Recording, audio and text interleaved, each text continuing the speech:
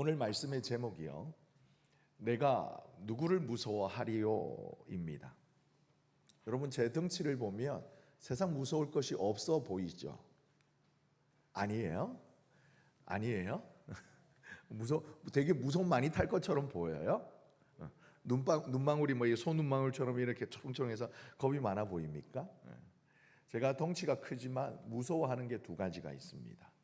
첫 번째는 높은 곳을 무서워합니다. 뭐예요? 고소공포증이 있어요.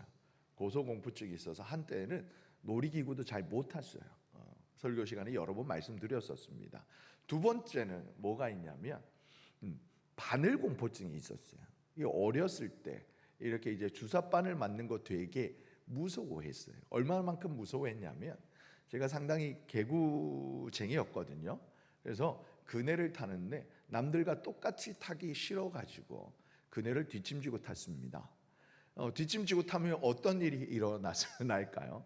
뒷짐지고 타면 제 경험으로는 그네가 이렇게 앞으로 뒤로 하잖아요. 앞으로 갈 때는 뒷짐을 져도요, 무게중심이 약간 좀 아래를 향해서인지 이렇게 중심을 잘 잡았는데, 이렇게 뒤로 가서 앞으로 몸이 기울어지는 그 순간 그대로 몸이 땅바닥에 콕 쳐박았어요. 손이 이렇게 자유로우면 잽싸게 얼굴 탁 짚었을 텐데 손이 어디 있었어요? 뒷짐을 졌습니다. 그대로 콘크리트 바닥에 턱을 콱 찍었어요. 지금도 보면 여기 오돌도돌하게 흉터가 남아 있는데, 이렇게 한 3cm 정도가 찢어졌으니 뭐 해야 돼요? 꼬매야 돼요. 꼬매야 되는데 제가 뭘 무서워해요? 바늘을 무서워해요.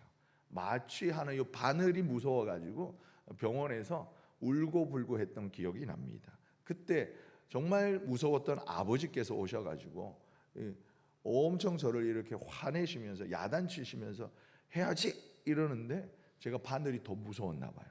마취 없이 그냥 밴드만 붙이고 왔다가 의사 선생님이 너 그러면 송구합니다, 이쁜 얼굴에 흉터 남아 이러셨는데, 그 흉터가 지금 40년이 넘은 한 43년 지난 오늘까지 흉터가 남아 있습니다. 그러다가 제가 어제 저녁에 또 무서운 걸 하나 발견했습니다. 목사인데도 여러분, 길 가다가 제가 귀신을 만나면 무서워할 수도 있겠다 싶었어요. 어제 저녁에 좀 제가 이제 달리기나 걷기를 잘 못하니까 자전거를 타고 저기 자유로 쪽을 갔었습니다. 행주산성 쪽 자유로를 갔는데, 거기가 이제 예전엔 군사지역이어가지고 불빛이 잘 없어요. 그래서 어두컴컴한 길을 이제 라이트 조명빛에 이렇게 의지해서 자전거를 열심히 달려가고 있는데, 앞에 뭔가 희끄무레한 게 보이더니 점점 이렇게 형체가 선명해지는데, 지금 생각해도 참 우리나라 치안이 좋아요. 어느 젊은 여성분이신 것 같은데 하얀 건 아니겠죠. 아이보리 플레어 스커트를 입고 위에도 약간 아이보리 이렇게 가디건을 입고, 그 와중에 또 자세히 보았다, 그죠?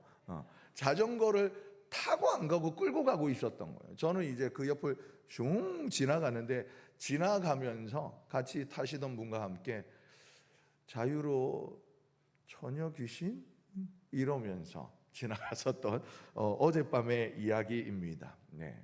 농담이고 별로 귀신은 무섭지 않더라고요. 그런데 이처럼 여러분, 저와 여러분이 이 땅에 살아가는 동안에 우리의 마음에, 우리의 생각에 두려움이라는 것이 있어요. 공포가 있습니다. 일례로 이런 농담처럼 고소공포증, 바늘공포증을 말씀드렸지만, 실제적으로 우리의 삶에 많은 영향력을 주는 것 중에 하나가 바로 여러분, 건강염려라, 아니면 물질에 관한 염려, 그리고 우리나라 여러 가지 이런 이제 시장 중에 아주 큰 이렇게 분야, 이렇게 양을 차지하는 것 중에 하나가 학원, 이렇게 공부에 관련된 거, 학원 시장이잖아요. 자녀들의 미래에 대한 두려움, 우리 아이들이 뒤처질까 하는 그 공포 심리 또한 정말 무시할 수 없을 정도라는 거죠. 심지어 노후를 어떻게 대비할까, 단순히 걱정을 넘어서서 이 패닉에 빠져 있는 분들이 상당히 많이 있다라는 거죠. 이걸 보면 인간은 참 두려움 앞에 쉽게 무너짐을 우리는 보곤 합니다. 그런데 오늘 우리가 읽은 하나님의 말씀 시편 27편을 보게 되어지면 이 시편, 즉 노랫글을 지은 다윗은 놀라운 고백을 해요. 1절에 보게 되면 여호와는 나의 빛이요 나의 구원이시니 내가 누구를 두려워하리요 내가 누구를 무서워하리요. 여기에서 오늘 오늘 말씀의 제목을 따왔어요. 내가 누구를 무서워하리요. 다윗이 이렇게 아주 믿음 짱짱한 선포를 해요. 그런데 여러분 다윗의 인생을 여러분 잘 아십니다만은 평탄한 순탄한 그런 삶을 다윗이 살아왔던 게 아니에요. 어렸을 때부터 그제 우리 이제 유문호 목사님께서 다윗에 관하여서 설교를 하실 때에 다윗이 어렸을 때부터 이렇게 담대해 가지고 그 아버지의 양들을 칠 때에 뭐예요? 뭐 때려잡았어요, 목사님? 사자 때려잡고 곰 때려잡았다고 그랬잖아요. 사자나 곰이 양들의 새끼를 입에 물고 가면 그것을 어디까지 쫓아간다고요? 끝까지. 역시 권사님 말씀 잘 들었어요. 목사님 설교 잘 들으셨어요. 이경희 권사님 선물 주세요. 네. 끝까지 쫓아가 가지고 그것을 뭘 잡고? 그렇죠. 멱살 잡고? 아니요, 수염을 잡고 그 입에서 어린 양의 새끼를 찾아왔다라고 이야기를 해요. 네. 여러분 동물원에 가가지고 호랑이, 곰 앞에 한번 서 보셨어요? 얼마나 가까이 서 보셨어요? 실제로 아무리 이 펜스가 있고 그 다음에 튼튼한 쇠창살이 있고 튼튼한 강화 유리가 있다고 그래도요, 여러분 호랑이 앞에 서거나 곰 앞에 서면 그의 그 짐승이 맹수가 가지는 아우라가요, 여러분 굉장히 우리를 공포감에 절개해요. 무서워요. 그리고 이렇게 개는 하품하는데 우리는 포효하는 줄 알고 깜짝깜짝 놀란단 말이에요. 이 무서운 맹수 앞에 다윗은 어렸을 때부터 직면했었어야 했어요.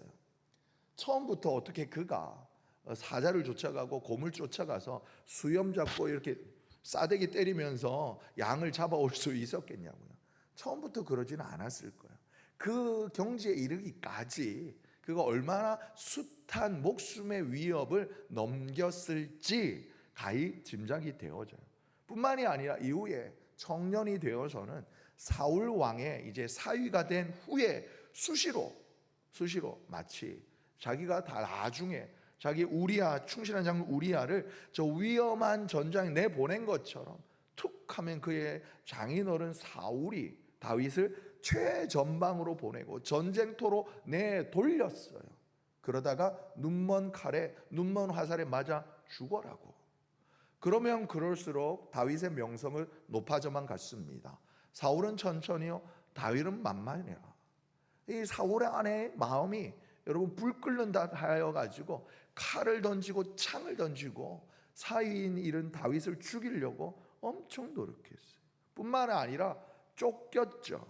마온 황무지 광야로 그는 수년의 세월을 쫓기다 못해 이제는 블레셋 적진에까지 몸을 의탁하여서 어떤 행사를 했느냐? 미친 사람 행차를 했어요.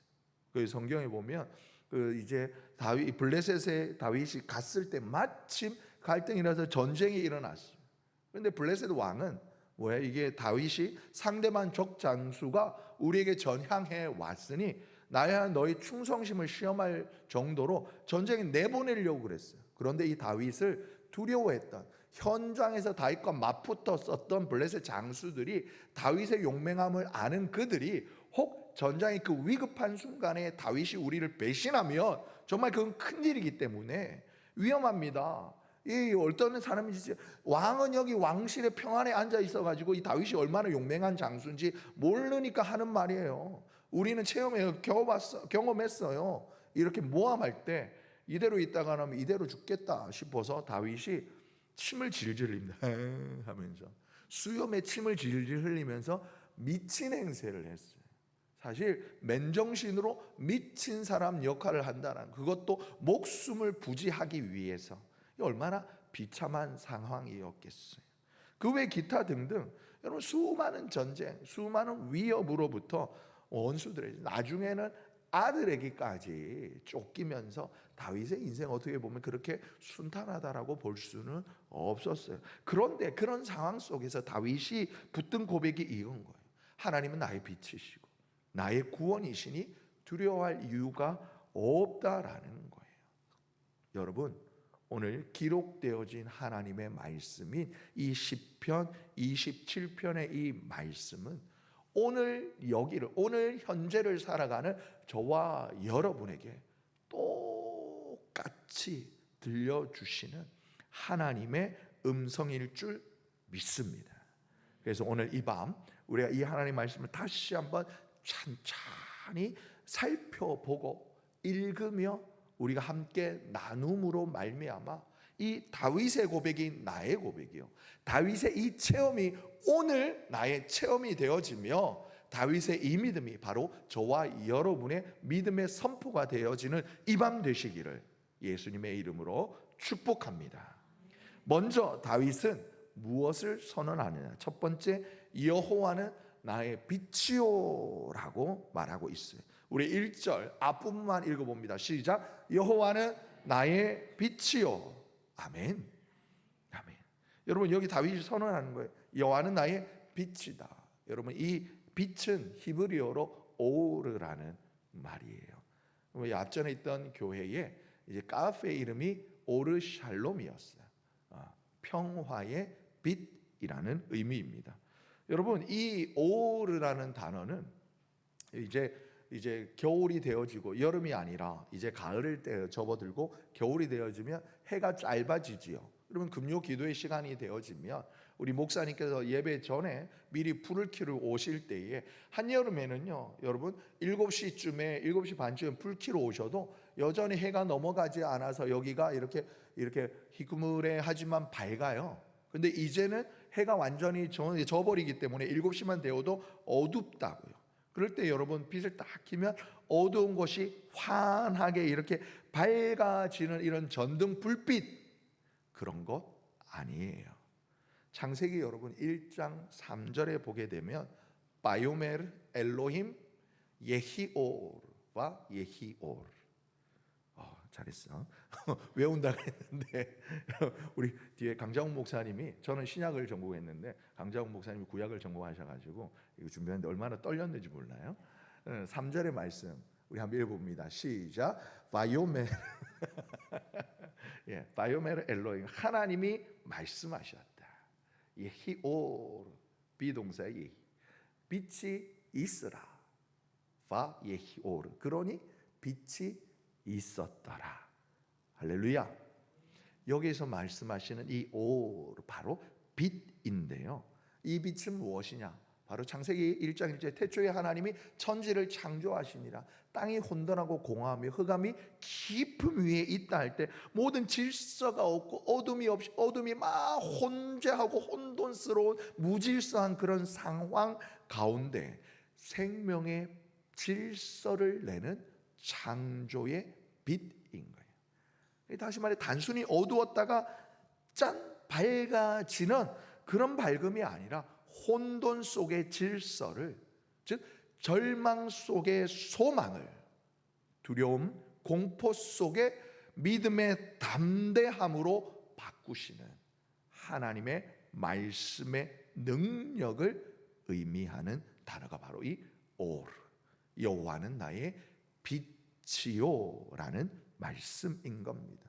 즉 다윗이 오늘 27편 1절에 그 어떤 것보다 여호와는 나의 빛이요라고 이 고백할 때, 여러분 창세기 1장에처럼 흑암이 그 깊음 위에 있고 혼돈했던 그곳에, 이 땅 가운데 하나님 빛으로, 빛을 창조하신 그 하나님이 그 빛을 통해 이 땅에 새로운 질서를 여신 것 같이, 지금까지 내 인생 가운데 사나운 맹수가 들어오고 할 수만 있으면 곰이 오며 사자가 오고 늑대가 오고 이리가 오던 그 인생 가운데 할 수만 있으면 나를 죽이려 하던 가족들, 나를 모함하던 친지들, 그 온통의 황무지 가운데 전쟁의 그 칼날 앞에 서 있던 이런 순간들, 인간적으로 따져보면 참 소망 없고 피곤하기 그지없으며 황량한 황야와 같은 광야와 같은 내 인생 가운데에 하나님께서 새로운 질서를, 새로운 빛을 여신다라는 신앙의 선포였던 거예요. 여러분은 가만히 생각해 보면 저와 여러분의 인생에도 어둠이 있어요. 질병의 어둠이 있고, 관계의 깨어짐의 어둠이 있고, 불안한 내일이나 그리고 때로는 죽음의 그림자가 들이오는 그 순간마다 어둠이 있어요. 하지만 기억하십시오. 여러분, 매일 새벽마다 우리가 보고 경험하는 것, 저 동력에 해가 떠오르면 여러분, 어둠은 빛을 이길 수가 없다는 사실입니다. 빛이 떠오르면 어둠은 자연스럽게 물러가는 거예요. 여러분, 오늘 기록되어진 이 하나님의 말씀을 통해 우리 살아계신 하나님께서 저와 여러분의 인생 가운데 말씀하시는 거예요. 너의 삶에 빛이 있으라. 아멘. 우리 시간 함께 외쳐봅시다. 빛이 있으라. 빛이 있으라. 다시 한번 오늘 말씀으로 외쳐볼까요? 여호와는 나의 빛이요. 할렐루야. 아멘. 여러분, 이처럼 하나님의 말씀이 저와 여러분 우리에게 선포되어질 때, 또 우리가 스스로 하나님의 말씀으로 우리의 삶을 축복할 때에 그 말씀으로 세상을 창조하신 하나님의 그 말씀의 능력, 그 생명의 빛이 우리의 가정을 밝히고 내 삶을 살리며 나아가 우리의 자녀들의 앞날을 비추고 우리의 영혼에 회복시킬 줄 믿습니다. 두 번째, 다윗이 고백하는 선포, 여호와는 나의 구원이시여. 우리 1절의 두 번째 줄을 함께 읽겠습니다. 시작. 여호와는 나의 구원이시니 내가 누구를 두려워하리요. 아멘. 여러분, 여호와는 나의 구원이시다라는 말에 이 히브리어 뜻은, 히브리어 말은 예슈와입니다. 이 단어에서 여러분, 우리 신약의 복음서에 우리 주님의 이름 예수가 등장했어요. 마태복음 1장 21절에 보면 아들을 낳으리니 이름을 예수라 하라. 이는 그가 자기 백성을 그들의 죄에서 구원할 자이심이라 할 때, 예수라 하라 할 때 이 바로 이 예수 구원이라는 이름이 등장하게 되는 거예요. 이 다윗이 여러분, 그의 인생 가운데 대부분은 어디에 있었느냐? 전쟁터에 있었어요. 광야에 있었어요. 황량한 곳에 있었습니다. 안전한 궁성이 아니라 여러분, 그 넓은 듯 바깥에 있었단 말이에요. 그때 다윗이 그의 경험을 통해 깨달은 것이 무엇이냐? 나를 지켜줄 구원이 칼이나 아니면 창이나 방패나 아니면 내 곁에 있는 많은 군사들, 그 군사력이나 정치적 권세에 있지 않았음을 다윗은 일찍이 깨달았어요. 그래서 우리가 얼마 전에, 이렇게 몇 주 전에 함께 묵상했던 시편 20편 7절에 보게 되어지면 어떤 사람은 병거, 또 어떤 사람은 말을 의지하지만 우리는 무엇을 의지합니까? 여호와 우리 하나님의 이름을 자랑하리로다 말씀하고 있는 것입니다. 여러분, 여기서 다시 한번 나의 구원이 어디서 기인하는지를 다윗은 분명히 하고 있어요. 칼이나 창이나 단창 아니에요.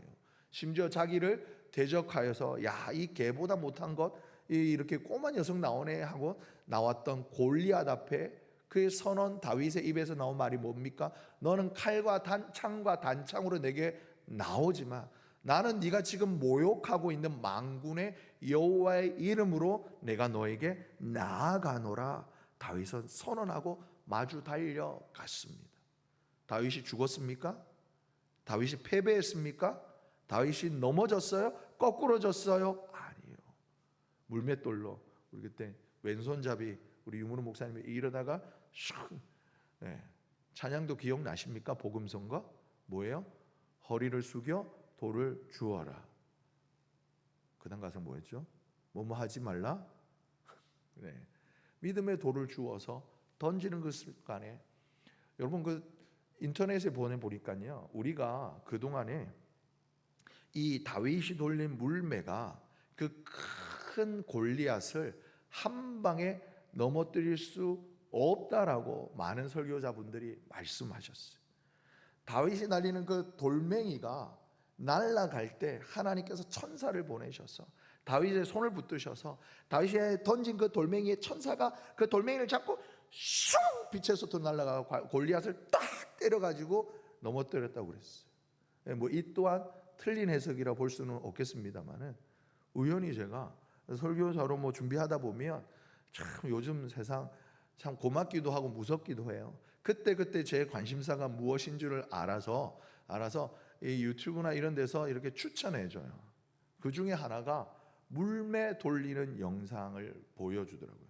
지금도 중동 지역에 양치는 사람들이 물매를 돌리는데, 이 능숙한 물매를 돌리는 사람은요, 그 물매 조그만한 이런 자갈돌 가지고 웬만한 이만큼 두꺼운 나무를 표적으로 잡는데, 그 정확도가, 그 위력이 얼마인지 요만큼 두께가 되는 나무도 둥게 제대로 빡 맞으면 거기가 반 정도가 팍 패일 정도로 강력한 무기가 바로 물매더라고요. 그 강력한 다윗이 그동안 하나님을 신뢰하면서 갈고 닦았던 그 돌 가지고 던지는 순간에 다윗의 최선에 하나님의 능력이 나아가서 그 앞에 놓여진 큰 산과도 같았던 장애물 골리앗을 다윗이 무찔러 승리하였던 거예요. 그래서 다윗이 고백한 거예요. 어떤 사람은 병거를, 어떤 사람은 말을 의지하지만 나는 네가 모욕하는 만군의 여호와의 이름을 나는 자랑하리로다. 다윗은 선언했던 거예요. 여러분, 우리도 마찬가지예요. 여러분이 지금 의지하고 있던 것 무엇이냐라는 거예요. 하나님을 알지 못하는 사람은 물론 이거니와, 예수 믿는 사람들도, 예수를 오래 믿는다고 하는 그 사람들도 대부분 눈에 보이지 않는 하나님을 믿고 의지하기보다는 실제로 눈에 보이는 것들, 유형의 것들, 하나님이 불면 한 번에 날아가 버릴 것들을 타고 쌓고 그리고 배를 두드리며 평안하다, 든든하다라고 한다라는 거예요. 하지만 이 모든 것들 예수님이 비유로 말씀하셨어요. 그 모든 것 다 모래 위에 지은 집과도 같다라는 거예요. 더 큰 바람이 불거나 큰 홍수가 내리면 한순간에 쓸려져 이렇게 떠내려가 버릴, 무너질 수밖에 없는 것들이다라고 합니다. 그렇다면 우리는 어떻게 해야 되느냐? 영원토록 흔들리지 않는 예수 그리스도를 내 인생의 반석으로 너는 정말 삼고 있느냐? 다윗이 고백하는 것처럼 여호와는 여호와만이 나의 구원이십니다. 그러므로 내가 두려워하지 않습니다라고 고백하냐라는 거예요. 여러분, 이게 어떤 의미냐라면, 마치 여러분 우리가 큰 병이 들었는데 여러분 그 겉에 이렇게 조그맣게 드러나는 증상, 여기 이거 보고서 빨간 약만 바르고 있는 사람 보면 여러분 어떤 생각이 드세요? 아이고 미련아. 이거 한 지지난주쯤에 동기 선후배 목사님들하고 밤에 저기 광명에 이제 그 족구장이 있어요. 큰 국궁장, 광명 국궁장 옆에 족구장이 한 뭐 6개 큰 게 있더라고요. 거기 몰려갖고 50 넘은 목사들이 모여가지고, 죄송합니다, 점쪽이죠, 50이면 족구를 했어요. 오래간만에 선교사님이 오래간만에 귀국해가지고 모여서 족구하다가 딱 유문호 목사님 체형인데 운동 진짜 잘하시거든요. 풋살 지금 팍 하시고. 네, 몇 년 만에 족구를 하니까 열심히 있던 그 목사님이 막 달려가시다가 자기 발에 걸려 철퍼덕 넘어졌어요. 넘어질 때 뚝 하는 소리가 났어요. 뭐였느냐? 아킬레스건이 끊어진 거예요. 그런데 본인은 아프대. 근데 우리는 뭐라고 그랬었냐면, 안 붙는데 30분이 지나도 붙지를 않는 거예요. 안 붙는 거 보니까 그냥 삐어가지고 놀래서 그런가 보다. 1시간이 지나도 붙지가 않아요. 나중에 커피를 마실 때 2시간이 지나도 멀쩡해 보여요. 겉으로는 멀쩡해 보여요. 그런데 그 속은 이미 큰 부상으로 인하여서 점점 곪아가고 있는데 괜찮아 하고 있는 것과 똑같다라는 거예요. 여러분, 우리 인간은 하나님의 형상대로 지음을 받았다라고 성경은 분명하게 말씀하고 있는 거예요. 하나님의 형상대로 지음 받았다라는 것은 어떤 의미인 거냐? 우리 인생의 참된 목적, 참된 그 영혼의 안식은 하나님 앞에 서야지만 비로소 참된 만족과 참된 평안을 누릴 수가 있다라는 거예요. 그런데 많은 사람들이 나의 창조주가 되시는, 창조자가 되시는 하나님 앞에서 내 영혼의 만족을 얻기보다는, 내 영혼의 평안을 누리기보다는 다른 것들, 기타 유형의 세상의 것들의 돈과 명예와 관계, 인맥과 기타 등등의, 여러분, 혈연, 지연, 학연 등등에서 안정을, 평안을 누리려고 한다라는 거예요. 하지만 이것은 혹 이 땅에서의 삶에까지는 혹 평안을 줄지 모르지만 딱 거기까지인 거예요. 하나님을 닮아 영혼을 가진 영적 존재로 지음을 받은 우리 인생에게 참된 만족을 주실 수 있는 분은 바로 우리 하나님밖에 없음을 오늘 다윗처럼 고백하는 저와 여러분 되시기를 예수님의 이름으로 축복합니다. 지금까지 내가 힘들어 애써 믿고 바라고 소망하며 애써왔던 그런 모래 위에 지은 집과도 같은 그 모든 것들을 이 시간 믿음으로 무너뜨리고 다시 한번 오직 주님만 바라보며 믿음의 영원한 반석 위에 든든히 서는 우리 모두가 되시기를 예수님의 이름으로 축복합니다. 그리고 오늘 세 번째 다윗이 고백하는 바, 바로 여호와는 나의 생명의 능력이시다 라고 이야기하고 있습니다. 1절 하반절을 우리 함께 읽겠습니다. 시작. 여호와는 내 생명의 능력이시니 내가 누구를 무서워하리요. 여러분, 본문에서 능력으로 번역되어진 이 히브리어 마오트라는 이 단어는 여러분 힘, 요런 파워 이거가 아니라 일종의 피난처, 쉘터, 요새, 안전한 성을 의미해요. 다윗이 수많은 전쟁을 경험했잖아요. 그러다 보니까 다윗이 그의 인생 중에 경험했던 그 사실은 그를 나를 둘러싼 성벽보다, 수많은 군사보다, 철저한 무기보다 든든한 요새가 되시는 분은 바로 하나님이었어요. 여러분, 어디에서 다윗이 이것을 가장 가장 마음에 와닿게 뼈저리게 경험했을까요? 그것은 바로 사울에게 쫓기어서 정말 둘러보면 모든 훤히 보이는 광야에서 쫓겨 다닐 때였어요. 여러분, 많은 군사들 끌고 다닐 필요가 있었을까요? 물론 제가 이스라엘 땅을 가보지 않아서 이렇게 짧은 소견으로 말하는지 모르겠습니다만은 우리 오늘날에도 이렇게 전쟁이나 국가 재난의 위급한 순간이 닥쳤을 때에 예전에 봉화 이런 거 있었잖아요. 사람이 일일이 달려가지 않아도 여러분 연기로 사인할 수가 있었어요. 이 사울 왕이 정말 다윗을 잡아 죽이고자 했다라면 그의 군사가 100명, 200명이었겠습니까? 1000명, 2000명 정도에 불과했겠냐는 거예요.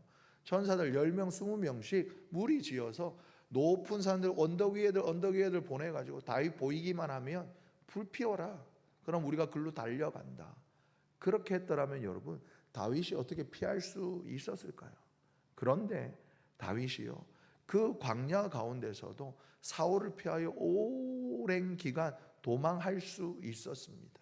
심지어 어디까지 몰린 것 같았냐? 그가 어느 이렇게 동굴에 있을 때에 사울이 그를 잡으러 왔다가 거기에 뒤를 가린다라는 말이 아직까지도 우리에게는 번역이 해석이 되어지지 않는 표현입니다만은 이게 낮잠 자러 온 건지 아니면 대변을 용변을 보러 온 건지 모르지만 여러분 사울을 죽일 수 있을 만한 그 순간 이렇게 정말 절호의 찬스까지도 다윗은 이렇게 얻었던 거예요. 이런 일들이 다윗이 내가 정말 다른 사람보다 마라도 달리기를 잘해서 다른 사람 하루에 뭐 10km 갈 때 내가 100km를 도망갈 수 있었기 때문에 피할 수 있었던가, 안전할 수 있었던가? 아니, 하나님께서 저들의 눈을 가리우시고 나로 하여금 저 높은 곳에 다니게 하는 힘과 능력을 주셨기 때문에 내가 그 광야에서도 생명을 부지할 수가 있었던, 생명을 보존할 수가 있었던 것이다. 다윗은 경험했던 거예요. 그러니까 말씀합니다. 여호와는 내 생명의 능력이 되시니 내가 누구를 두려워하리요. 여러분, 세상은 늘 언제나 우리를 흔들려고 해요. 어둠의 사탄 마귀들은 할 수만 있으면 저와 여러분을 잡아먹으려고 해요. 깨어라, 근신하라. 어둠의 사탄 마귀가 우는 사자처럼 삼킬 자를 찾나니, 때로는 재정의 문제로, 가정의 문제로, 건강의 문제로 우리의 마음을 요동치려고 그래요. 폭풍 속에 작은 배가 흔들리다 못해 당장이라도 넘어질 것처럼 우리의 삶이 흔들릴 때가 많단 말이에요. 그런데 그때 저와 여러분이 붙잡아야 될 믿음의 고백이 바로 이것인 거예요. 여호와는 내 생명의 능력이시니 내가 누구를 무서워할까? 우리 따라해 보실까요? 내가 누구를 무서워할까? 할렐루야. 여러분, 이 고백, 이 다윗의 고백이 저와 여러분의 고백이 되시기를 예수님의 이름으로 축복합니다. 그리고 난 다음에 오늘 본문을 보게 되었지만 다윗의 이제 말이, 표현이 조금 방향을 전환해요. 4절의 말씀 우리 함께 읽어보도록 하겠습니다. 시작. 내가 여호와께 바라는 한 가지 일, 그것을 구하리니 곧 내가 내 평생에 여호와의 집에 살면서 여호와의 아름다움을 바라보며 그의 성전에서 사모하는 그것이라. 아멘. 여러분, 자연인이자 왕이었던 이 다윗에게도 여러분 다른 이 땅을 살아가는 인생이다 보니 크고 작은 바람이나 갈망이나 욕망이나 소원 얼마나 많이 있었겠어요. 먹고 싶은 거, 자고 싶은 거, 그러면 많은 그의 소원들이 있었을 거예요. 전쟁에서 승리했으면 좋겠고, 옆에 국경을 마주하고 있는 나라들과의 갈등이 그냥 가라앉았으면 좋겠고, 자기가 다스리는 왕국이 평안했으면 좋겠고, 자녀들이 사이좋게 지냈으면 좋겠고, 꼭 소원이 많이 있었을 거예요. 그런데 이 모든 것 위에 다윗이 고백하는 단 한 가지 소원, 무엇이냐? 내가 여호와께 바라는 일이 참 많은데 그 중에 단 한 가지를 꼽으라면 바로 이겁니다. 내가 바로 내 평생에 여호와의 집에 살면서. 여러분, 성을 보면, 솔로몬 성을 보면 아직 다윗은 오히려 더 평안한 곳에 있었어요. 아직까지 다윗이 이거 할 때는 하나님의 성전을 짓지 않을 때였어요. 하나님의 성전 성막에 있었어요. 자기는 돌로 지은 왕성에 있지만 하나님은 텐트에 계셨다고요. 그런데 다윗이 뭐라고 그래요? 여기보다 주의 장막에 있으면서 여호와의 아름다움을 바라보며 내가 그의 성전에서 하나님을 사모하는 것, 하나님과 교제하는 것, 그것이 내 삶의 최고의 소원입니다 라는 거예요. 여러분, 여기서 바라본다라는 이 말은 하자, 단순히 눈으로 이렇게 나만 바라봐, 이게 아니에요. 여러분, 깊이 묵상하고 마음속 깊이 갈망하며, 오히려 참 유행가 가사가 이걸 더 잘 표현한 것 같아요. 보고 있어도 보고 싶군. 네, 그런 가사처럼. 여러분, 정말 보고 있어도 보고 싶은, 다윗은 하나님과 만나는 그 자체가 내 인생의 최고의 기쁨입니다라고 고백하고 있었던 거예요. 여러분, 다윗이 어떻게 이런 고백할 수 있을까? 여러분, 이 다윗이 그냥 하는 말처럼 느껴지세요? 저는 다윗의 이 고백이 공감되어져요. 왜냐하면 제가 이런 상황을 경험해 보았기 때문이에요. 예, 어제 그 집사님과 대화를 나누다가 서로 가운데 우리가 하나님 앞에서 하나님을 사랑하고 예배하고 섬기는 이렇게 봉사생활 많이 하다 보면 간혹 우리가 번아웃 될 때가 있어요. 번아웃 될 때가 있어요. 그때 우리에게 필요한 것이 무엇이냐? 다시 하나님과의 깊은 만남의 이 교제가, 친밀함이 필요한 거예요. 이것이 언제야? 때론 특별히 우리의 공예배 가운데. 그래서 여러분, 우리가 이 수요 기도회나 금요 기도회나 당연히 주일 오전 오후 예배가 정말 여러분 최선을 다해서 온 마음을 다해서 하나님 앞에 나와 즐거이 예배해야 되는 이유가 여기에 있는 거예요. 그럼 오늘 이 시간 하나님과의 깊은 만남을 통해서만 여러분의 일상뿐만이 아니라 교회의 여러분 봉사나 활동들이 유의미해질 수가 있는 거예요.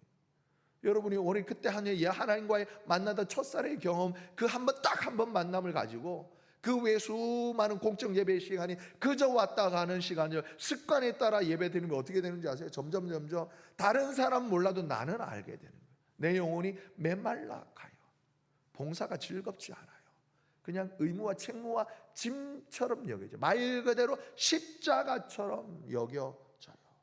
근데 여러분, 매번 예배 때마다 예배가 은혜롭고 너무나 감사하고 즐겁고 그런 예배를 여러분 드리시면 여러분 이 봉사가 섬김이 일상의 여러분의 삶이 전혀 무의미해지지가 않아요. 모든 것이 그 어디나 하늘나라 내 영혼이 은총이 중한죄진 벗고 보니 슬픔 많은 이 세상도 천국으로 화하는 거예요. 할렐루야 찬양하면서 깊은 골짜기나 아니면 높은 산 앞에서도 입에 저절로 찬송이 흘러나오는 삶을 경험하게 되는 거예요. 다윗이 그것을 경험했거든요. 앞서 말씀드린 것처럼 여호와는 나의 비침을 내가 경험해봤고 여호와는 나의 구원임을 경험해봤고 여호와는 내 생명의 능력임을 경험하고 보니까 그때 그 순간이 너무나 감사했던 거예요. 비록 그때 내가 왕이 아니었고 천한 목동이었고 일개 장수였고 쫓기는 죄인의 신분이었지만 그때 내가 하나님을 만나고 나니까 그 하나님을 만났던 순간이 내가 너무나 좋고 행복했던 것을 다윗은 경험했던 거예요. 그러니까 지금 내가 왕이지만 내가 누리는 이 모든 것들보다 하나님을 만나는 그 순간이 내가 너무나 그립다라는 것을 다윗은 하는 거예요. 제가 여러분 짧은 저와 여러분 만난 시간이 작년 10월 11월부터라 카운트해도 채 1년이 되지 않은 짧은 시간이잖아요. 하지만 여러분한테 말씀드렸던 것 1999년 10월 마지막 종로가 여전도회관 2층 중강당실 예수전도단 예배학교 내적 주 셋째 뜬 날 호주 사람인데 일본 선교사님 키가 190이 넘고 몸무게가 130이 넘는 그 선교사님의 강의 시간 그때 제게 찾아오셔서 말씀해 주셨던 하나님 그 하나님과의 만남에 그 순간에 느꼈던 제 영혼의 참 자유와 평화와 그 감격은 여러분 사실 부끄럽지만 그 이후로 지금 몇 년이 지나냐 26년이 지나지만 그때만큼의 그 뜨겁고도 강렬한 신앙의 경험은 하지를 못했어요. 그러다 보니까 수시로 예배 때뿐만이 아니라 수시로 제가 하나님 앞에 기도하는 제 기도 제목도 그건 거예요. 하나님 그때 내게 찾아오셨던 그 하나님의 만남 그 하나님의 정말 은혜의 그 만남의 순간을 다시 한번 경험하고 싶어요. 저는 그래서 이 다윗의 이 고백이 그 누구보다 공감이 됩니다. 저만뿐만이 아니에요. 여러분 오늘날 저와 여러분이 있기까지 주께서 피로 값주고 세우신 사랑하는 우리 선함교회가 오늘에 있기까지 뿐만 아니라 한국교회가 오늘날 있기까지 그리고 우리 한국교회가 오늘날 있게 한 그 예수 그리스도의 십자가의 복음이 우리 이 땅 가운데 전해지기까지 수많은 하나님의 사람들이 이 하나님과의 만남을 경험하였고 그때 받은 은혜로 말미암아 하나님 내 삶을 하나님 앞에 다 드려도 아깝지 않아요. 하나님 아버지 내가 있는 이 모든 것도 다 내려놓더라도 하나님이 여호와의 집 하나님의 성전에서 하나님만을 바라보며 사모하며 갈망하는 그 삶이 나는 그 누구보다 행복합니다. 이런 사랑의 고백을 드렸던 믿음의 사람들이 예수 복음 들고 악을 굴적 빈들에도 복음 들고 찾아갔던 그 헌신으로 여러분 오늘날 저와 여러분의 삶이 교회가 이 나라 이 민족이 전 세계가 예수 복음을 듣게 된 겁니다. 부디 말하기를 사랑하는 우리 사람의 권속들 오늘 이 자리에 하나님 앞에 예배하시는 여러분들의 입술에 오늘 27장 이 사절 내 평생에 내가 바라는 한 가지 일 여호와의 집에 거하면서 여호와를 바라보며 여호와를 사모하는 것 여러분 이 고백을 정말 가슴 깊이 하나님 앞에 올려 드리실 수 있기를 예수님의 이름으로 축복합니다.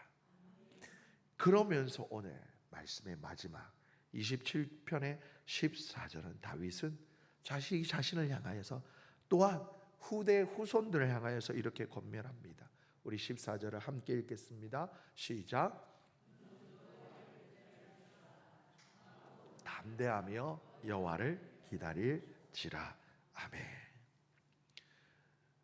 그 인생이, 다윗의 인생이 하나님을 이처럼 사랑하고 갈망해 왔지만 앞서 말씀드린 것처럼 순탄하지만은 않았어요. 평온하지만은 않았어요. 달리 말하면 다윗의 인생은 기다림의 연속이었어요. 하나님을 바라고 하나님 앞에 간구하며, 그래 마침내 내게 임하시는 하나님의 은혜, 그 능력의 손길을 경험하는, 기다리고 바라고 경험하고, 기다리고 바라고 체험하고 경험했던 거예요. 그리고 마침내 깨닫게 된 것, 하나님을 기다리는 것은 절대로 무의미하지 않다라는 것. 하나님은 주님 앞에 나오는 죽게 피하는 자들을 우리 하나님은 절대로 내버려 두지 아니하신다라는 사실은 다윗이 체험한 거예요. 그래서 이 귀한 믿음의 고백 시편 27편 마지막에 이렇게 권면하는 거예요. 기다릴지어다. 너는 여호와를 기다릴지어다. 그리고 약해지지 말아라. 강하여라. 담대하여라. 여호와를 기다릴지어다. 우리 오늘 이 시간, 오늘 우리 주신 말씀을 기억하며 기도하실 때에, 어떻게 보면 기도는 기다림이에요. 하지만 오늘 우리의 이 기다림이 결코 헛되지 아니하다라는 사실을 하나님께서 이 다윗에게 만나 주셔서, 다윗이 그의 인생 가운데 내가 만난 하나님을 이처럼 아름답게 고백하였더니 시가 수천 년이 지난 오늘 여기를 살아가는 저와 여러분에게 하나님 이 시간 하나님을 향해 올려드리는 바로 내 입술의 고백이요, 저와 여러분 우리 모두의 간증이 되시기를 예수님의 이름으로 축복합니다.